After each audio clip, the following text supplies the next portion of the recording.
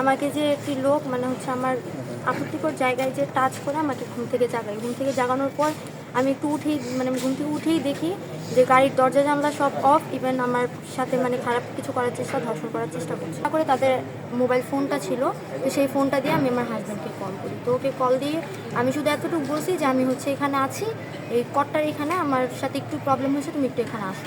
এই কথাটা বলার সাথে সাথেই তারা আমার হাত থেকে আমার মোবাইল ফোনটা কেড়ে নিয়ে আমাকে ডিরেক্ট হচ্ছে ওখান দিয়ে যে ব্রিজের উপর দিয়ে নিয়ে যে ব্রিজের থেকে নেমে হাতের বাম সাইডে যে পাম্পটা সেখানে নামিয়ে দিয়ে তারা চলে যায়।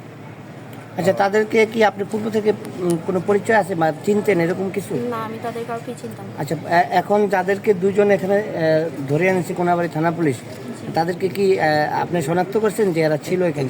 জি জি। আর কি ভিডিও করেছিল?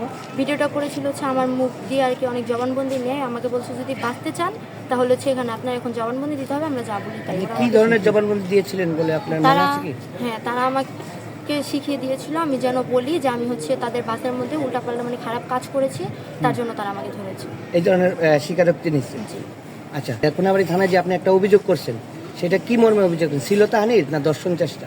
ধর্ষণ চেষ্টা। দর্শন।